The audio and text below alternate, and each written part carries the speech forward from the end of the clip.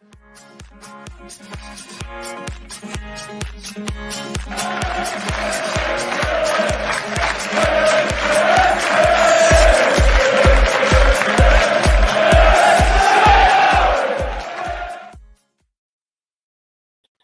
everybody, and welcome to episode number 304 of the Stacey West podcast. I'm your host, Ben, this week, and I'm joined by Charlie. How you getting on, mate? You keeping well?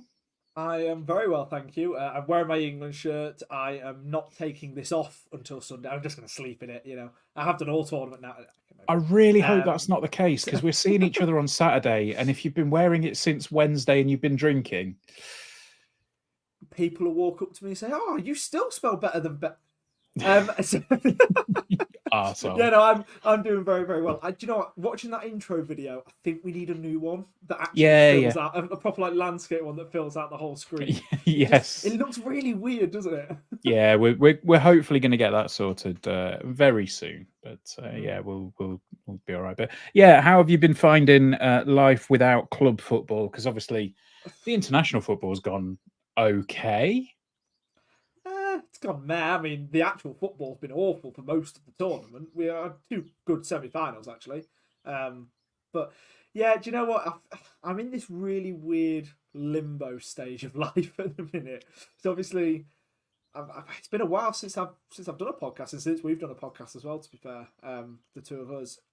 I've obviously finished university, now sort of looking for a full-time job, but then I've also had that kind of celebratory end of university stuff all going on as well. I've sort of been away, but then there's no football. I've just kind of got no real routine to my life, sort of working away with some of the stuff on the Real EFL and looking for jobs, having job interviews and all of it, and it's just really weird limbo stage of life at the minute. I honestly can't wait for football to come back just to bring some level of normality, but until then, can't wait to a good weekend piss up with the football on Sunday night and everything else before it as well.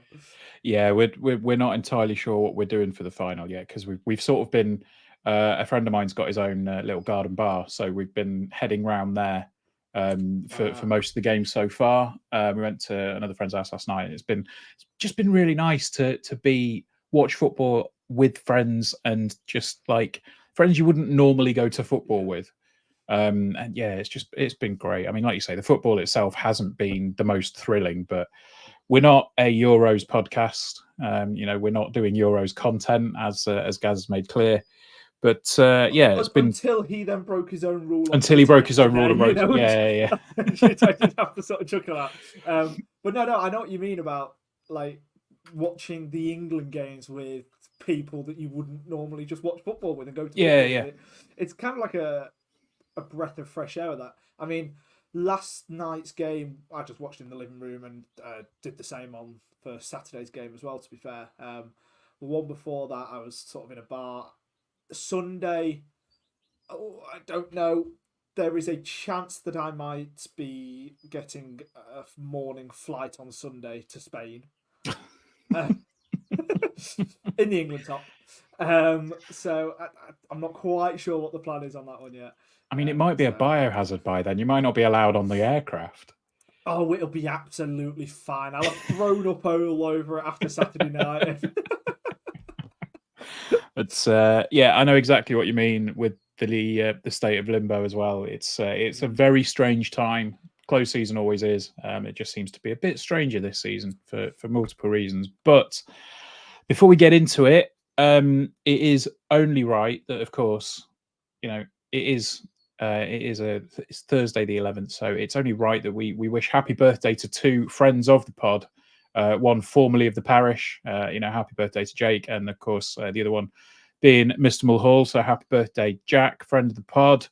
Now that's probably it for the banter and all of the rest of it as we start talking about stuff that's been happening at Central Bank through the whole podcast, Ben. Well, yeah, I mean, the specific non-football anymore. Is that it? Like, no, because all you do is rip it. No, but look, we've obviously had a few things going on at Central Bank this week.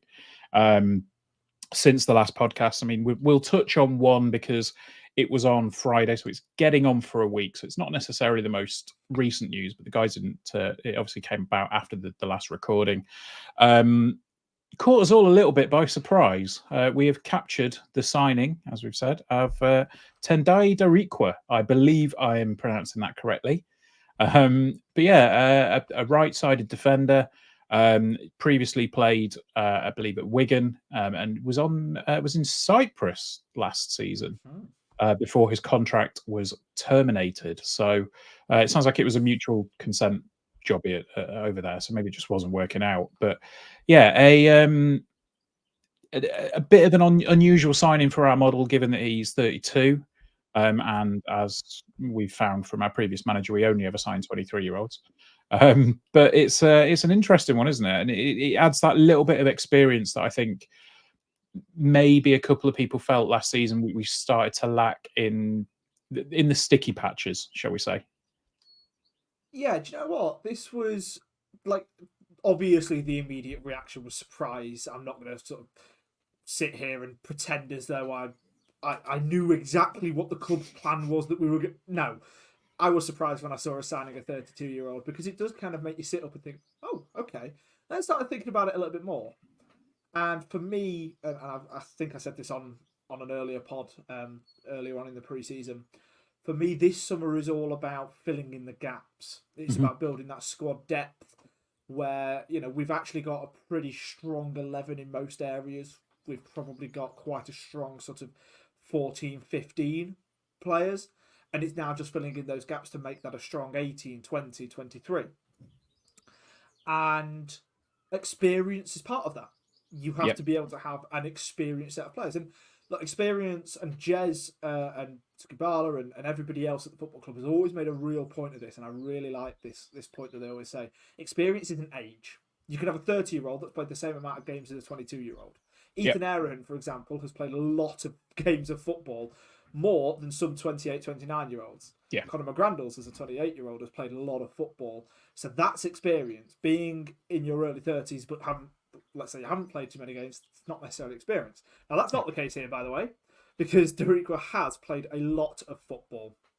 150 matches for Chesterfield, over 100 for Wigan, over 50 for Nottingham Forest, 37 last season, bear in mind. So it's not like last season was some massively injury-hit season over in Cyprus. He's still got 37 games under his belt.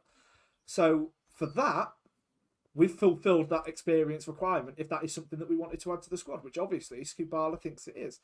And also, before we go into talking about him as an actual footballer for a minute, but just like the experience and that kind of immediate surprise, it's slightly less surprising bringing somebody with that experience in when we lost Chris Cohen, one of our assistants. Now, okay, he will be replaced, but I've not heard anything about him being replaced so far.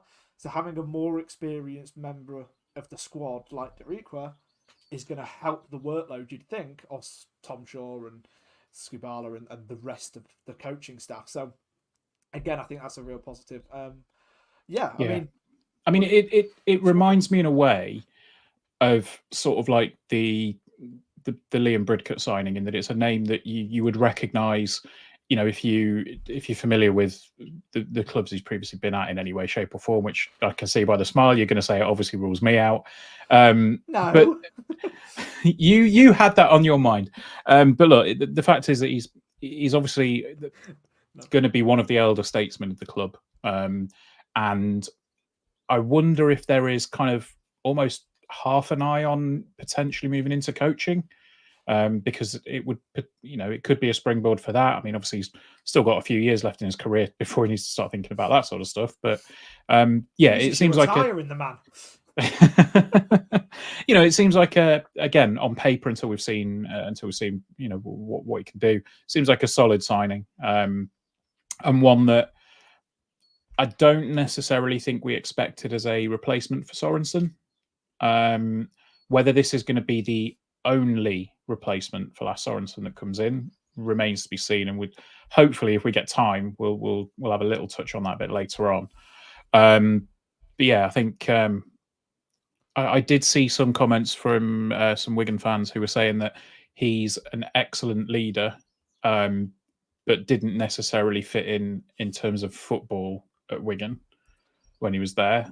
But I mean, obviously, people they can either go two ways with former players, can't they? They can either get rose tinted glasses or a bit, a little bit spiteful. But yeah, I'm intrigued to see where this one leads. And I mean, what the back experience at the back now? We've got, we've got Darikwa, we've got Adam Jackson. We're going to have Irahan in the middle, who, like you say, not the oldest player, but has played a hell of a lot of games. And then obviously we're going to have Tyler Walker up front, who will have been involved in many campaigns at this point as well. So there's a good spine of experience running through the pitch there, I think. So yeah, anything else before we move on to some more good news? Well, bearing in mind on Darikwa, a couple of things there. So first of all, he will have been at Forest when Tyler Walker was there. So okay, yeah, of course, yeah. Them two, obviously don't know what their relationship was. They could absolutely hate each other, but they were on the same team. So again, that's just another little sort of nugget of information there. I mean, you can work with people that you hate, Charlie. I mean, this is no. I was your next point. Nice and not say that. I'm sorry. No, I need a lift on Saturday. I'm going to be nice. But yeah, no, and also he played against Lincoln back in 2017 in that obviously famous FA Cup game for Burnley. Look, he seems like he's going to be a strong, right-sided, pretty versatile defensive option. Has stepped forward into like a right midfield role at times. Has also played on the left-hand side of defence every now and again as well. I think he's got something like 22 games over there. What's also interesting again is the fact that he's got that option of an extra year. It's a 1-year contract with an extra option. As soon as we signed him, I messaged a friend of mine who was a Nottingham Forest fan. He still is. And asked him what his thoughts on it was, and bearing in mind he's not played at Forest now for a few years, but his immediate reaction seems a really solid signing for you as long as he doesn't really have his injury issues anymore, which he seems to not really have. As I said, 37 games last season in the top flight of Cyprus, and yeah, I think it's a really sort of solid option. He can get a goal and assist from right back. That's something that we might miss from Lasse Sorensen. I personally still think we'll be going for another, but it probably allows us to bring in more of a project player in that position now, rather than having to go for somebody who is immediately ready to play 46 games. We can have somebody who is willing to share those responsibilities on that right side. So yeah, honestly, I was surprised, obviously, at first, as we've said, but pleasantly surprised. I think this is a really solid signing and a smart signing by the club who have obviously shown their willingness to step away from that normal recruitment model. Absolutely. And yeah, I mean, look, let's move into something that's maybe a little bit less of a surprise. It was hinted at by Michael Skubala, but it has been confirmed that Lewis Montsma is staying with the Imps, at least for the time being. He's been offered and accepted a short-term contract. I believe it's 6 months, to get him through to probably around January, where we'll likely be able to assess him further, and then his situation will become a little bit clearer. But I think this is just, it's a bit of class all round. The club showed real faith in Lewis when he did his ACL the first time when he was out and they extended his contract. Then obviously came back and did it again. And the fact that he's been in and around the club, he's not shied away from anything. He's not shied away from the cameras. He's been part of all of the media stuff. I think this is just I think it's the just rewards for Lewis's attitude, and it shows the attention at the club that they pay to players when they may not be in the best place. And obviously, the fact that he's making a recovery, he's now out on the grass training, and it sounds like he's going to be a part of the first 6 months of the season. I think this is just a win all round, and it's a bit of a feel-good story, isn't it? Look, it really is. I'll be honest. I had a lot of these conversations last summer when I was talking with sort of friends, other fans, and so on, and people saying, "Oh, okay, are we ever going to see Lewis Montsma in a Lincoln shirt again?" My answer, honestly, was always, "I'd be very, very surprised. I doubt it." But I am so happy that we have made that decision to Hmm. extend his deal for it just for the short term.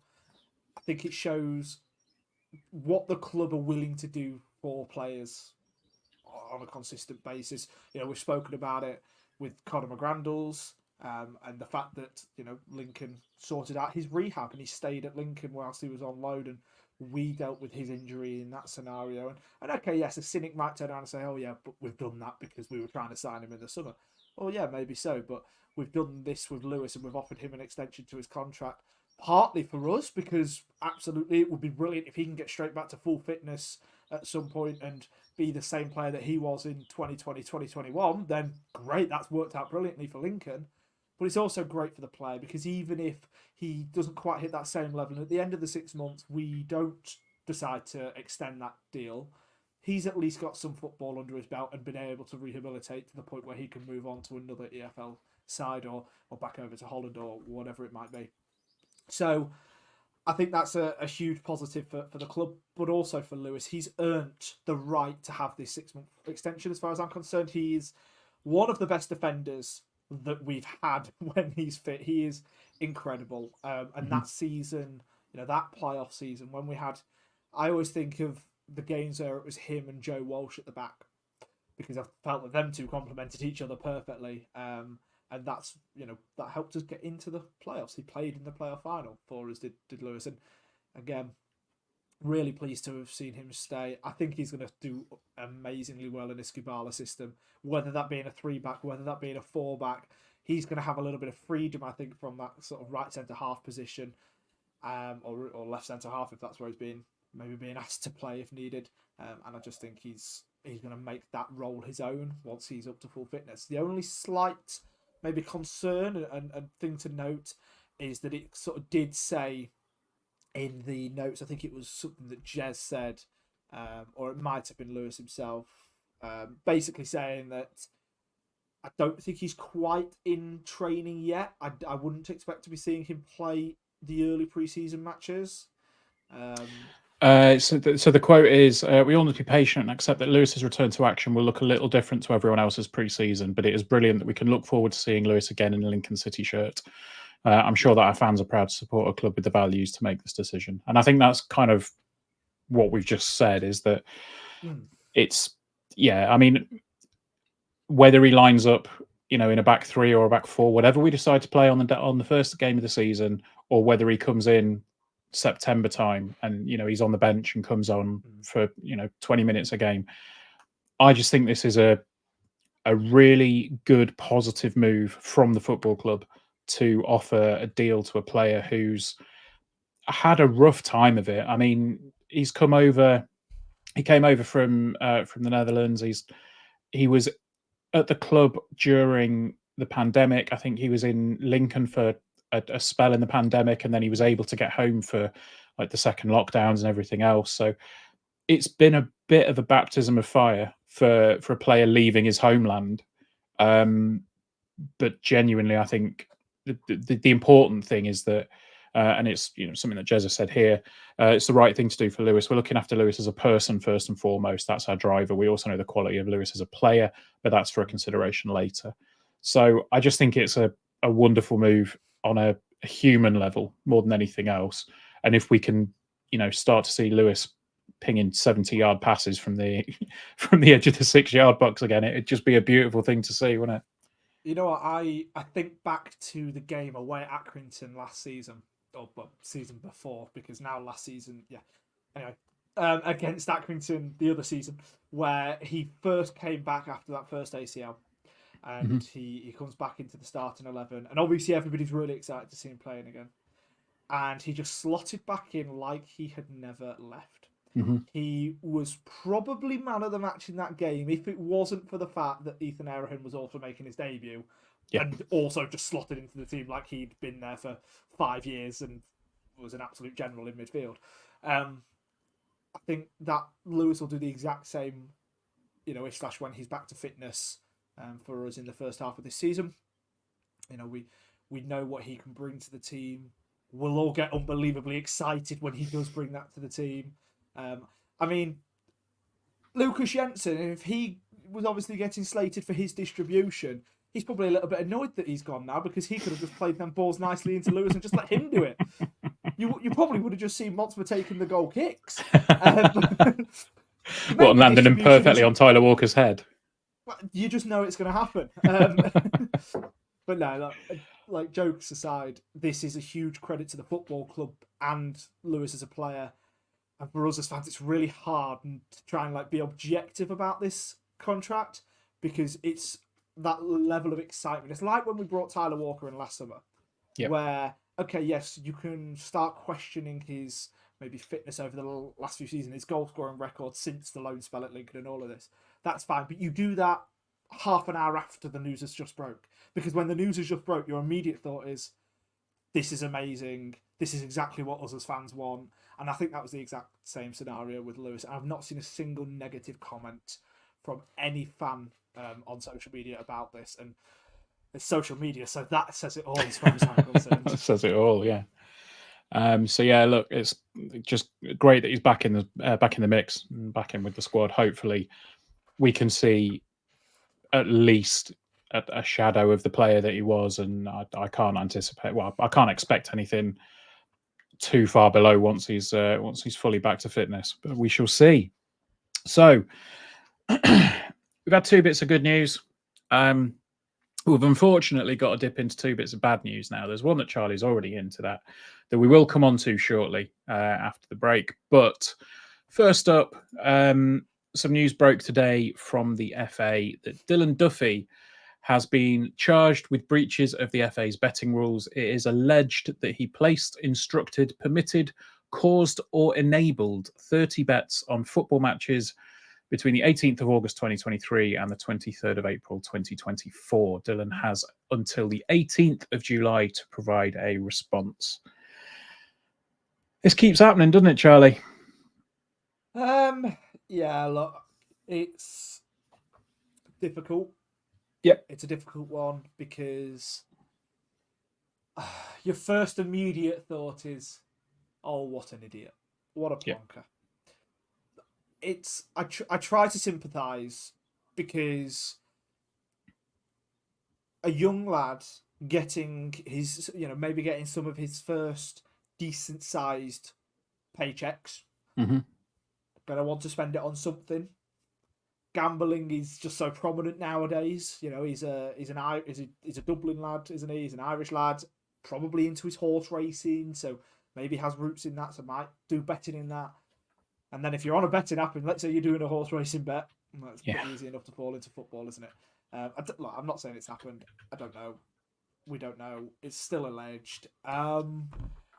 Look, if he does get charged and get suspended for a period of time, that's just going to actually just be a hit on us as a football club, because I really rate Dylan Duffy. I think he's the perfect sort of backup option to Rico on that left-hand side. I think there was times last season where I wanted to see him given more opportunities, if I'm honest. But, for whatever reason, they necessarily weren't given. And I feel like he has such a potential future that this could potentially hinder it. And also could now mean that a loan move, let's say we were to try and loan him out this summer, that's now stopped. So yeah, it's a damaging one for his career, and in terms of the football club, it's damaging for us, for potential sell-on value and all the like. So it's a real shame. I'm not just going to sit here and bash the player because I don't know the situation might not have even happened. I mean, look, the thing that I always think when this sort of stuff happens, like you say, they're young players, they're young men that they're coming into. The likelihood is more money than most of the people that are going to be listening to this will make. And it's going to be an instance of, oh, I've got some money, let me go spend it, like you say. And it could well be that it develops into a problem, which, is it, from experience and seeing it happen to people, it is essentially an illness. And it's an issue where I think the help that is needed for players or for people in these positions is not that well signposted, and I think it's not talked about that much until you have a high profile case like Ivan Toney, like Harry Toffolo. When they have those instances and you go, oh, that's a lot.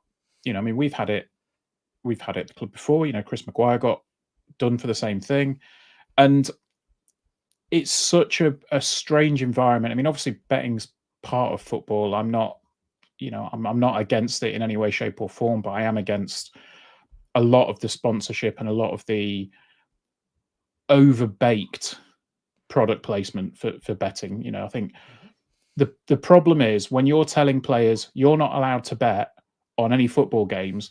Now go and play in a football shirt that's got a betting company plastered across the front of it in Sky Bet League One. Everything is pushed to that degree. And the thing that I still find amazing is that you're not allowed to sell kids' shirts with the full replica badges on in the EFL because the EFL is sponsored by Sky Bet, and you're not allowed to sell, betting stuff to kids. I just think there's a bigger problem in football. I'm not the person to have this conversation with and try and fix things because there's people that are much more suited to it than me. But I'm just not a fan of how pervasive it all is in football. And again, I'm not against people, betting and having a flutter on stuff. I've done it before, and I every few times every season I'll have a bet. And you're sat there going, "Yes, I know. I definitely don't either." What have you got on at the minute? I'm not currently looking at my horse racing bet. Hang on. But look, the side of betting in football and gambling in football. It's a conversation that we've had multiple times. I mean, there's a reason that we don't have betting adverts on the podcast. I'm sure it's been spoken about before. We've had conversations in the past, and as a group, we've talked about them and said, maybe not for these exact reasons. But I think when it comes to Dylan,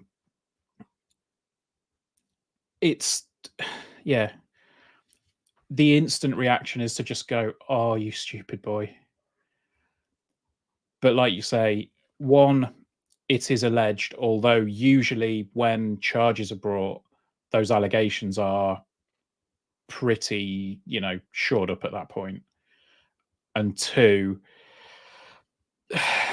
I just really hope that this doesn't damage his future, because like we've just spoken about with Lewis, and making that as treating him as a person first and foremost and a footballer second, it's a mistake that's happened multiple times. And I hope that if there is a problem there, and if he needs the help, that he can get it. But in terms of the club, I would trust that they handle this in the way that they have done before. There's been an investigation. I think there's been suspensions previously when things have been announced, and whatever the recommendations are from the FA, I'm sure the club will be more than happy to follow them. But yeah, just if you're playing professional football, just don't bet on football. You know how you were just saying there, how you find it very, very sort of hypocritical when you've got these betting companies that are just shoving betting down your throat in football and then telling footballers they can't go anywhere near bets. I just had a little bit of a look on my phone at Sky Bet. Other betting sites are available and all that. Preston v Lincoln tomorrow, you can bet on. You could do a bet builder on a friendly that's happening in Spain between a Championship and League One side. So why? Just to sort of help reinforce your point. I mean, don't get me wrong. Now that I know that, I'm going to have one. But look, I think I know. I think in League One there aren't any explicit gambling sponsors. I think there's a couple in League Two, but obviously when you get to the Championship and the Premier League, it's so pervasive, and obviously you can't watch a football match on Sky without betting adverts. And I thought there was supposed to be a moratorium on gambling adverts at football, but that doesn't seem to happen because it's all over the shit. Yeah. Anyway, we've kind of segued this into a talk about gambling in general, but look, It's unfortunate that Dylan has been charged with this. I hope that if there is a problem there, that he gets any help, and that the club are willing to assist with that. But it's just a daft thing to happen, and I hope it doesn't jeopardise anything that's going on at the minute. No. So, right. Well, that is probably a decent enough spot to have a quick advert break. You watch. You watch now. I was just about to say, Acast's gonna glitch, and we're gonna have a gambling advert, aren't we? I'm willing to bet that Oh dear, yeah. We'll see you on the other side of this. Hello, YouTube. Hello. Okay, right, and you ready? We'll come back in. And there we go. Thank you to our sponsors this week. I don't know who we've got as sponsor at the minute. I've not seen any of the adverts for a while, to be fair. I don't know. I've not listened to the pods. I didn't listen to last week's actually, so they could have said anything. But look, yeah, we've spoken about one bit of bad news, so we might as well rip the plaster off and get through the next bit. Lukas Jensen has signed for Millwall on an undisclosed but substantial fee is the wording that's coming around from the club. Rumours started flying earlier on in the week about this, and it just kind of picked up a bit of steam on Millwall's side. I think there was a little bit of speculation that Lukas wasn't in any of the training videos from the trip out, and that just fueled a lot of speculation from people. Now, I think the initial response is obviously going to be, "Oh bloody hell, we've lost someone else that's massive." But if you stop for a second and then look at it and see the words "undisclosed but substantial," it seems like it's going to be in the same sort of region as the fee that we've allegedly received for Lars Sorensen, which, if you would believe some of the reports, is around £400,000. This is a really good bit of business for the football club, isn't it? It is. I'm gonna talk about what it'll do for us in a second, but let's just look at Millwall for a second. This is the caliber. I mean, I saw a couple of comments like, "Oh, Millwall, it's not like a massive step up, is it?" No, to be fair, it probably really isn't, because they're not. We'll start pissing off Millwall fans. But it's not immense. But you look at some of the other players they've signed this window, right? So Lucas is their third signing. They've signed Macaulay Langstaff, who is an absolute goal scoring machine from Notts County, and they've also signed Japhet Tanganga. Now, he was a player who, full on Micah Richards style, burst onto the scene a few seasons ago at Tottenham Hotspur and looked to be staking a claim to be one of their starting defenders. Okay, it might not have necessarily gone that well, and now he's playing at Millwall, but he's still a highly rated player, and Lucas has got in as a number one for that same team. Yep. That's the caliber of sort of club and player that we have that those clubs are now looking to sign. I mean, that in itself, that says it all. He isn't going to another League One club, so it's not the same as Lars Sorensen. This is a step up for him. It is to a championship club where he's gone in straight as number one, and obviously they were going to need a number one because of the tragic circumstances of their previous number one passing away last month. But this is a huge deal for him as a player, and you can't begrudge it. Let's talk about it for the football club. Now, nobody complained at the end of the year that we had Alex Palmer, for example, and that we then had to sort of let him go because obviously he wasn't ours, and we waved him goodbye back to West Brom. Nobody complained at that. It's just the way it is with a loan player. Now, Lucas came in on a 2-year deal. There was no contract extension for the end of his contract. He was one of the only players that we don't have that extension clause with. So if he already stated effectively to the club, from what Jez was saying, that if he stayed this year, then he would be going for free next year. So why not go ahead and get close to £500,000 for him, if that figure is to be believed? It's an absolute no-brainer on that. Now, Lucas is an incredible goalkeeper. He was outstanding for us last season. I'll be honest, and I've said this on the pod, start of the season he worried me a little bit. but then he just grew into it, and by the end of it, he was outstanding. And I keep on harping back to Bristol Rovers. 5-0 home victory when Joe Taylor scores a hat-trick and Lukas Jensen gets man of the match. Man of the match, yeah. If that isn't an indicator of just how good a goalkeeper is, then I don't know what is.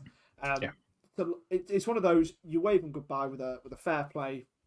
Thanks for what you've done.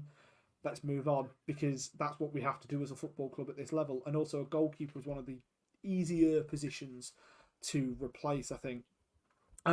So I'm really pleased for Lukas as a man, as a player, that he's got the move. Also, a little bit ironic. We have effectively, I don't know if the numbers line up exactly, but we have effectively got the money from Millwall that Charlton gave them from Alex Mitchell. So Charlton, by Alex Mitchell, whose value was obviously increased after his season with us, give that money to Millwall. Millwall give that money to us. Give that money to us. Again, I don't know if the numbers line up exactly on that, but if you're sort of looking on reported fees, it's not too dissimilar. So I just found that quite a kind of ironic little love triangle that's going on there. But yeah, look, I mean, statistically, Lukas Jensen was one of the best keepers in League One last season. He was always going to get looked at. And like you say, if you've got a goalkeeper on a 2-year deal at the end of that first year, if the indications are that, okay, he may not be here with us past that, unless there is a substantial increase in opportunity, wages, whatever it's going to be, then yeah, a £400,000 cash injection it's an absolute no-brainer. And the question that's been asked is one where, is this going to mean that we go for another permanent keeper, or do you think we're going to go back into the loan market? Because personally, I think a loan first-choice goalkeeper this season would make a lot of sense for a number of reasons. So I wanted to get your thoughts on that first before we have that discussion. So, you see, it's really, really difficult on that one. Because, I mean, the honest answer is I don't know. One of our 2 goalkeepers that we've brought in will go out on loan this year. I think that's a quote that's being said. I'm not sure which one it is that's likely to go out. I think Jamie Partington's going to stay with us. Yeah, I was going to say, I think Partington's going to be the one that's going to stay and be the number 2. Yeah, so G Cox is going to go out on loan. I would want to see what level loan he goes on before I answer that question. Because if he goes to a top-end National League or low-end League 2 loan, then I think we'll get a loan in, expecting to have him or Partington battling out for number 1 next year. The only thing is I said a very similar thing when we had, this time last year, basically, before Lukas Jensen came in. So not quite this time last year, about a year and a month ago, before Lukas Jensen came in, about Jordan Wright and Sam Long. I expected them to battle it out for number 1. I think a good few people did. So, again, maybe I'm just wrong. I was wrong then. Might just be wrong on this one as well. We're definitely going to be bringing one in, obviously, this summer. Yeah. Yeah, so I mean, my thoughts are that a lone goalkeeper this season makes sense, because we obviously have, like you mentioned, we have 2 young goalkeepers that have come in. It sounds like Partington's come in. He's highly rated, but maybe not quite ready to be a first-choice, first-team goalkeeper just yet. For me, the sensible option would be to get a lone goalkeeper in from a Premier League side's under-21s team, wherever it's going to be. We have a highly rated goalkeeper to come in to be our first choice. Because I think we've said on the pod multiple times before, a goalkeeper is a position where you will always find a gem at a Premier League club where they're either second or third choice, or in the 21s, whatever it's going to be, because you can only have one first choice player in your first 11. So you're going to have, hopefully, a bit of a not an embarrassment of riches, but a few decent choices. So to me, it makes sense to bank the money that we get for Lukas, get a lone goalkeeper in this season, see how Partington gets on, and then if he is at the point where he is ready to potentially become our number one next season, then he moves up the ranks a little bit. Obviously, it'll depend on where he's at, whether he gets game time in the trophy and all the rest of it. To me, that's the approach that I would have. Okay. On that then, if we were talking about having that sort of similar approach, I would go for an experienced 30 to 32-year-old goalkeeper. Okay. That can do a solid, good job at top end of League One. A bit like Jokes in the League Two season. Yeah, one that can very much do that kind of solid job. That could get us in the playoffs or promoted if that's the ambition, on a 1 or 2 year deal, because that kind of gives us that double support. Because A, hopefully we'd be bringing in somebody who is very, very good, and B, that would allow extra leadership and coaching for somebody like Partington to be able to kind of shadow somebody that has been around it a lot more and had a lot more kind of experience than a lone lad coming in from the Premier League. Yeah, fair. But those more experienced ones that are towards the top end of League One will probably command higher wages. Premier League lads would be able to get on very cheap deals, because now Premier League clubs are going to look at our history of goalkeepers and say, okay, wow, you know how to deal with a young goalkeeper. We're going to send our lad out to you for a season. That's an option as well. Interestingly enough, Josh Griffiths, by the way, have you seen yeah, he's gone to Bristol Rovers, hasn't he? He has. So yeah, just like side note, I literally just saw that earlier on today. Actually, I was a bit late to that one, but I don't know is the honest truth with that. I think if there's another one like Lukas Jensen who's been released from a Premier League club, then I don't think we'll shy away from it being a permanent. But I think we would probably look to the loan market if we didn't already have an option in mind. Although, with this football club, we have probably already spoken to our new goalkeeper. Yeah, exactly. I mean, we've said before, there's succession plans for everybody in place. There will be a list of all the players, if they were to go, who we would replace them with in an ideal situation. And that goes through all the staff as well. So I'm sure there's a succession plan in place. And who knows, it's still relatively light out. We might have a new goalkeeper by the morning who's had his photos taken tonight. But I doubt it. Maybe. But a lot of the media team are over in Spain, aren't they? So, that's a very fair point. That is a very fair point. But I wanted to, I'm going to turn the presenter role thing around for a minute. I'm going to ask you a question. Okay, go on. Oh, okay. Sorry, go on. Did you I was going to say, before you do, have you ever known a transfer window where, if not Lincoln City, but any other club have signed 3 goalkeepers in one window? Yes. Okay. I can't tell you who they are, but there absolutely will be. It's a rarity, though, isn't it? Millwall, I would expect to do it this window. Yeah, but they haven't before. They might have done. Go on then, flip the roles. Don't get me wrong. The answer to your question is, do I know? No, but do I think Lincoln are the first? Absolutely not. No, I mean, it's just a rarity, isn't it? I can't recall anything like that before. And I certainly can't recall it with Lincoln. But yeah, go on. What was you were going to flip the roles? Yeah. Yes, I was, because I want to ask you a question, because I've been asked this question and it popped up after the last Sorensen news. And now it's popped up again after the Lukas Jensen news, because realistically, those 3 were our most saleable assets this summer, from what most people are saying. Ethan Errahan. Yep. Does Lukas going now mean that we're more or less likely to keep Ethan Errahan? I know my answer to this. I'm intrigued. I certainly think it drives Errahan's price up. Okay. Because we don't necessarily need to sell him now. There's no demand for a large transfer fee for him, given that if you are to take this into account, and potentially with some of the other transfers as well, you're knocking on the door of £1 million from transfers this window. I personally don't think that Irahan, with 3 years left on his deal, that fee is going to have to be enormous to even have heads slightly turned. So do you think the fee has changed? The target valuation that we've clearly set on every player?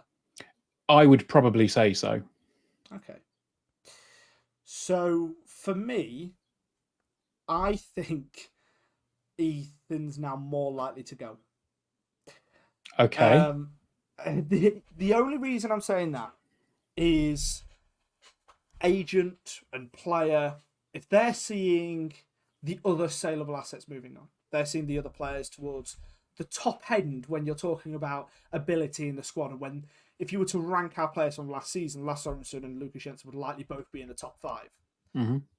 If you're seeing both of them go, and, again, you had Loney's Joe Taylor and Alex Mitchell, neither of them are coming back, and they would have also been ranked quite highly.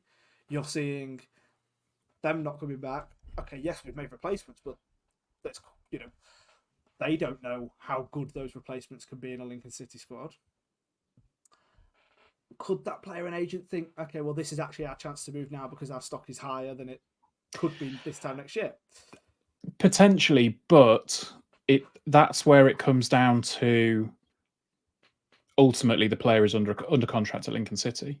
Absolutely. It's not a decision that is going to be made by Ethan and his agent at this stage in his career and at this stage in his contract. But if a player tries to push even slightly, the club are in a weaker position in the market. Potentially. I mean, ultimately, the player is under contract for 3 years, and this is all speculation. We're not suggesting for a second that he's getting. I've just had a phone call from Ethan. He says he's getting out of here. He says his Danish buddies have gone. He don't want to be in Lincoln anymore.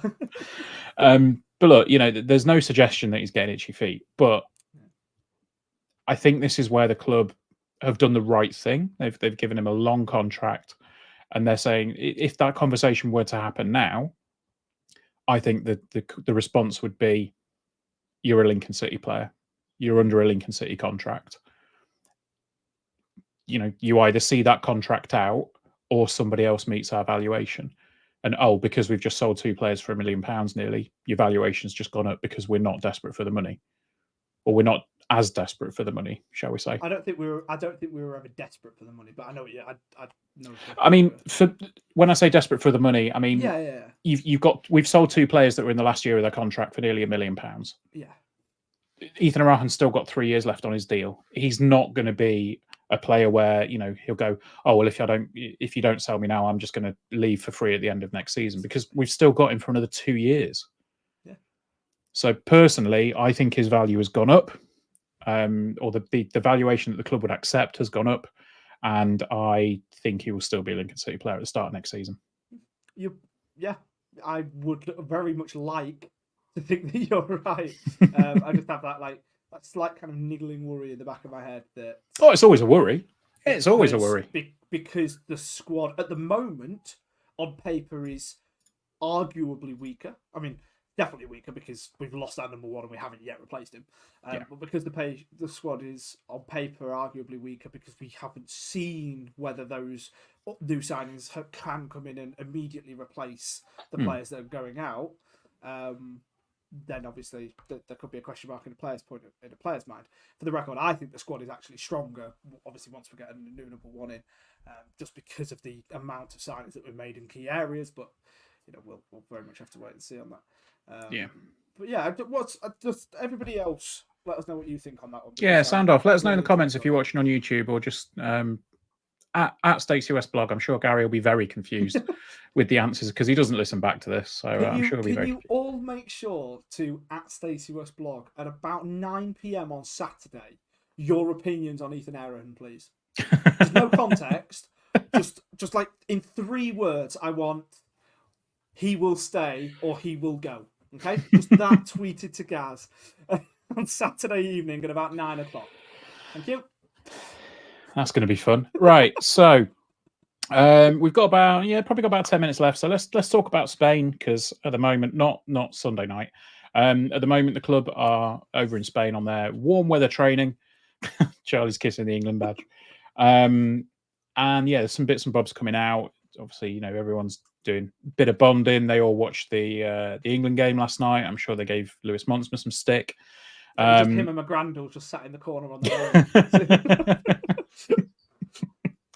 own. But yeah, look, it looks like it's so far being a worthy trip out. Obviously, tomorrow we do have our first preseason friendly, and it is available to watch. Although I can't imagine I'm going to be paying. Yeah, you can have a bet on it, as that's unbelievable, by the way. You can buy the match pass, but I don't really think there will be too much demand for a. Okay, well, other than Charlie, an £8 match pass at 10 a.m. on a Friday.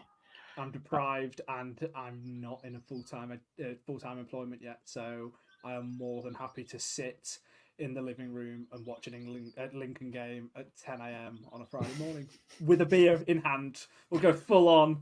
Right, I'm gonna get a Camden. I'm gonna get tipsy around the house. I'm gonna get a Curry Jacks delivered. Oh, mate! I went to a beer festival the other week, and Curry Jacks were there. Brilliant, absolutely perfect. But yeah, look, it was. I think it's obviously good to have see some of the footage coming out of Spain. I think there's some.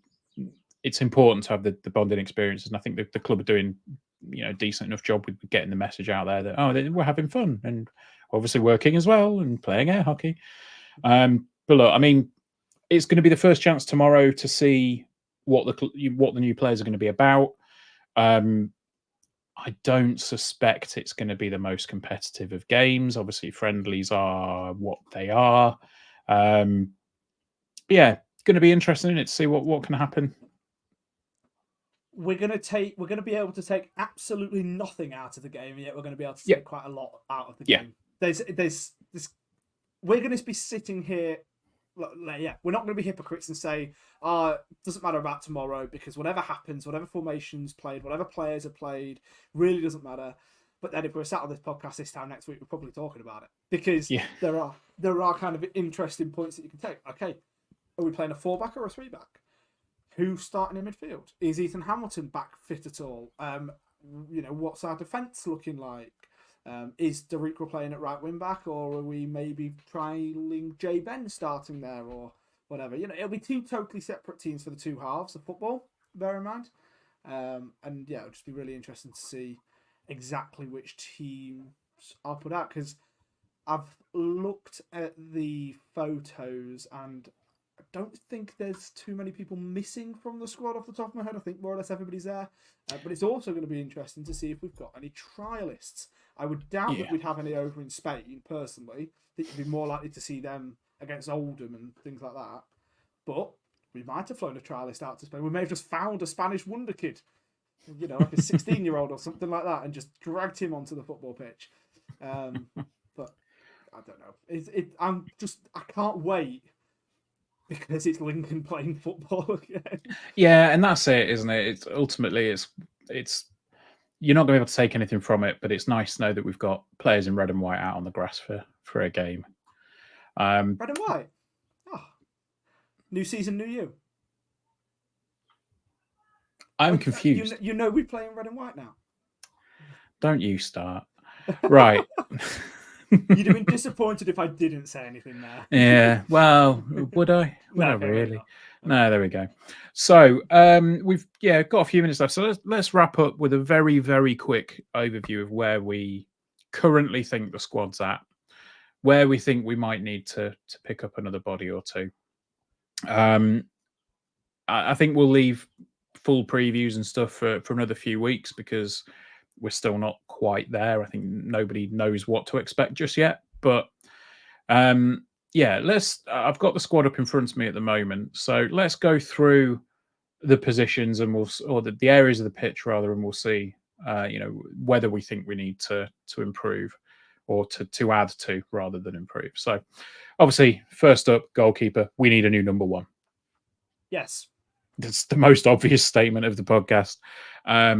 So yeah, I mean, obviously we do need to bring somebody in there. Now, when we come to defence, we currently have on the squad page, we've got Lewis Montsma, Adam Jackson, Paudie O'Connor, Jay Ben, Sean Rowan, Zach Bradshaw, Tendayi Darikwa, and MJ Kamson Kamara.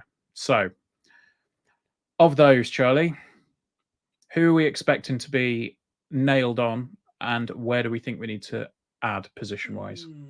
Okay. It first of all depends on whether or not we're starting with a fullback. So let's just hypothetically say we're playing the same as we were at the back end of last season. So that kind of 3-5-2-5, 2-1-2 or whatever that we were sort of playing, that 5-3-2. Right wing back, first game of the season, you'll be seeing Darikwa start.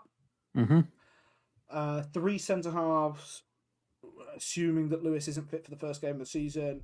Paudie O'Connor, Adam Jackson, and Sean Rowan. I still think we need another centre back. Yep. And that's despite whether we go to a fullback. I just think we need another centre back anyway. Preferably a left footer, especially considering Sean Rowan's now going into his last year of his contract. I'd very much like another left footed centre half.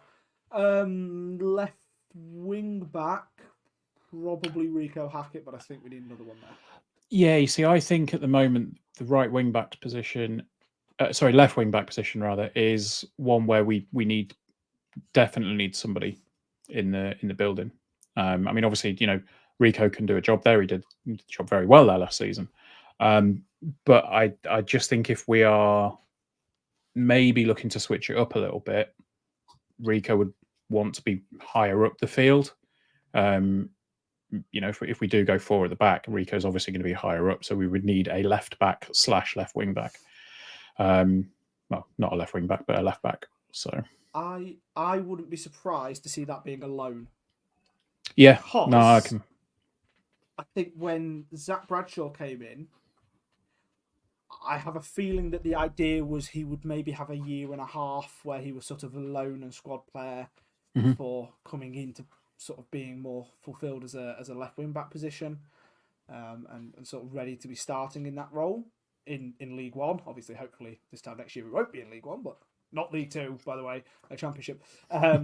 So I wouldn't be surprised to see it just being like a year-long loan, one that's a bit of versatile cover, basically a Jack Burrows replica. Yeah, it's the obvious answer. It's the obvious answer, isn't it? When you think, left wing back, yeah, Jack Burrows, he could do a job, but yeah, we won't get Jack similar. Burrows, by the way. No, we won't. It'll be a similar player. So a centre back and a left wing back, and possibly a right wing back, depending on Jay Ben's status. Yeah, I still think a right wing back, but I'm not sure. Yeah, no, I'd agree with that. In midfield, then, so Irahan, Hackett, Hamilton, Duffy, Moylan, Gallagher, McKiernan, McGrandles, and Bayliss. I don't think we need to add anything to that, if I'm honest. I don't know. I still think we need 3 more midfielders. Just the 3. We've got enough. I don't think we've got enough. I think midfield is somewhere that we've obviously worked on a lot this summer. It's like, even if Ethan Arahan goes, I wouldn't expect us to necessarily be spending big on bringing somebody in, because we've got Ethan Hamilton, we've got Conor McGrandles, we've got other options in there now. Tom Bayliss and JJ McKiernan as more attack-minded midfield options. Not saying that we wouldn't bring somebody in, we still probably would find a player. But I think we've got a really well-rounded and versatile midfield now. So whatever positions each of them end up playing and whatever formation we go with, I'm just really pleased to have the amount of options that we do. And it also means that late on in games, if we're winning, we could potentially try and suffocate teams. A little bit like the Dutch tried to do with England last night. Yeah. Where they changed their midfield to, try and stifle a lot of England's attacks. Because bear in mind, attacks start in the midfield. So actually just putting on more defenders doesn't always help. But putting on more midfielders can be the key. So it's great to know that we've, hopefully, providing they all stay fit, we're going to have those options during next season. Yeah, absolutely. And I think realistically, of those 9, the only one that I could see going out on loan would be Oshin. Yeah, I wouldn't be surprised to see him try and get a top-end National League or low-end League 2 loan. Yeah. But, I mean, maybe. Obviously a lot will depend on what happens with Dylan, but I can see him still being in and around the first team squad if everything works out there. But, and then obviously Up top, we've got Ben House, Tyler Walker, Jovan McCarmer, Freddie Draper, and Rob Street. So it feels strange knowing that we've got 5 strikers. If you remember this time last year, or September the 2nd, away at Bristol Rovers, I was stood in the car park bit, stood having a drink, and was talking with Mr. Nates, Clive, and we were talking about our striker options and how great it was. You know, we're playing a 1-striker formation, but we've got 3 first-team strikers. This wasn't even including Jovan McCarmer, by the way, but this was Jack Vale, who, yes, he'd come in on loan with an injury, but we hoped that it wouldn't be too long until he got up to fitness, and then Tyler Walker and Ben House, and then Jovan McCarmer as an backup option if we needed. End of that game, we ended up having to play Jovan McCarmer because everybody else had just got injured. Yep. And that it's so nice to have these 5 options, but I guarantee to you we're going to have to start Rico Hackett in the first game of the season because everybody's out injured. So he's going to be going up top, out of position. It is really pleasing. I think our attack is properly fulfilled at the minute. And also, we've got Jack Moylan who can move up there. We've got Rico Hackett who can move up there if absolutely necessary, as we've said. We've got really good options now, I think, for that. I wouldn't expect us to be bringing in another striker. It'll be nice going into deadline day, not needing that. Might be a bit boring for the deadline day live, but it will be nice not needing a striker. Yeah, absolutely. So look, I mean, just looking through that, the areas in which we need to strengthen are areas. Well, I say strengthen, and I think Skibala said the same thing. It's not necessarily about strengthening; it's just about adding a bit of depth. I think that there is a solid squad there. Obviously, we know the players that we've seen. We know what they can do. The players that have come in, they have a point. Well, say they have a point to prove. You know that they are unproven to Lincoln City fans, but everything that we've heard about them. I mean, obviously, you've spoken to some folk about the lads that have come in. I've spoken to a couple of people about the lads that have come in. They pretty much come in with nothing but positive things. So yeah, I'm starting to get a little bit excited about the season. I know we're a month away, but yeah, things might be happening again. It's fun times. So look, dangerous. Very I know. Dangerous, isn't it? I'm not going to start, predicting and thinking too far ahead, but let's just see how the first couple of months go. Oh no, I'm betting on us to win 4-0 against Preston tomorrow. Like, this is it. Well, look, I mean, we all know what your prediction was in the Stacey West Discord, which, by the way, to getting on board with the Discord, become a patron of the site, and you'll get access to the Discord where we all have a good old chat. But you said that you thought that we would potentially be top after 6 weeks. No, I didn't say that. I said we would be in the top 6 by the end of September, and it would then be our job to stay in there. I didn't say top. I said top 6. Okay. Well, even so, it's a big shout, and hopefully you're right. But look, it's a good spot to wrap up this week's podcast because we've hit over an hour. And I don't know what else we've got going on at the moment. I think we're probably going to look to get a couple of bits done for YouTube with everybody involved very shortly. But as always, get yourself subscribed, tell a friend, and we'll see you next week. Up the imps. Up the imps.